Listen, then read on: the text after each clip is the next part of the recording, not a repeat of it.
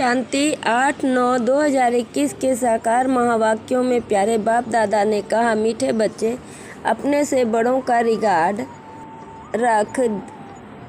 रखना यह भी दैवी गुण है। जो होशियार अच्छा समझाने वाले हैं उनको फॉलो करना है। फिर बाबा ने प्रश्न में कहा, सतयुग में कोई भी भक्ति का रस्म रिवाज नहीं होती है, क्यों?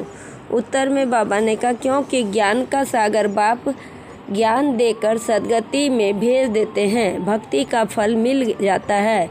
ज्ञान मिलने से भक्ति का जैसे डाइवोर्स हो जाता है, और जब है ही ज्ञान की प्रारब्ध का समय तो भक्ति तप दान पुण्य करने की ज़रूरत ही क्या है। वहाँ यह कोई भी रस्म हो नहीं सकती। कहाँ? सतयुग में। फिर लास्ट में बाबा ने कहा, शरीर तो सब खत्म हो जाएंगे, विनाश होगा ना। शास्त्रों में एक ही महाभारत की लड़ाई गाई हुई है। कहते भी हैं यह वही महाभारत की लड़ाई है।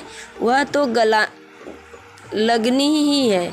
सबको बाप का परिचय देते रहो। तमो प्रधान से सतो प्रधान बनने का उपाय तो एक ही है। बाप कहते हैं, मामेकम याद करो तो विकर्म विनाश हो जाएंगे और आत्मा मेरे साथ चली जाएगी। सबको संदेश देते रहो तो बहुतों का कल्याण होगा। अच्छा मीठे मीठे सिकिलदे बच्चों प्रति माता पिता बाप दादा का याद प्यार और गुड मॉर्निंग। रूहानी बाप की रूहानी बच्चों को नमस्ते। हम रूहानी बच्चों की रूहानी बाप दादा को याद प्यार और गुड मॉर्निंग और नमस्ते। नमस्ते सदा रहो हंसते, बन जाओ फरिश्ते, चलते रहो परम धाम के रास्ते। शुक्रिया बाबा पद्मा पदम शुक्रिया बाबा। धारणा के लिए मुख्य सार। पहली पॉइंट, जो पढ़ाई में होशियार है, अच्छा समझाते हैं, उनका संग करना है, उन्हें रिगार्ड देना है, कभी भी अहंकार में नहीं आना है।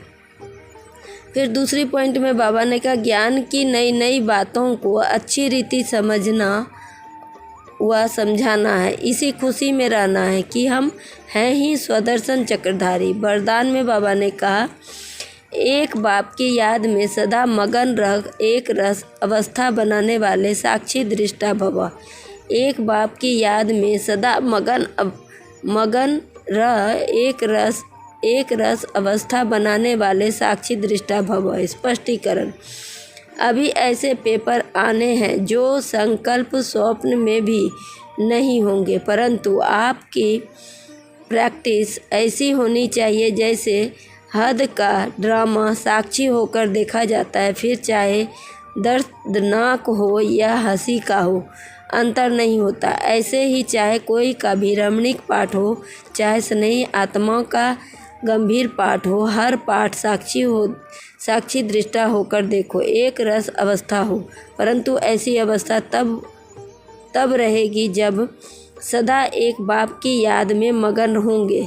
स्लोगन में बाबा ने कहा, दृढ़ निश्चय से अपने भाग्य को निश्चित कर दो तो सदा ही निश्चिंत रहेंगे। ओम शांति, ओम शांति।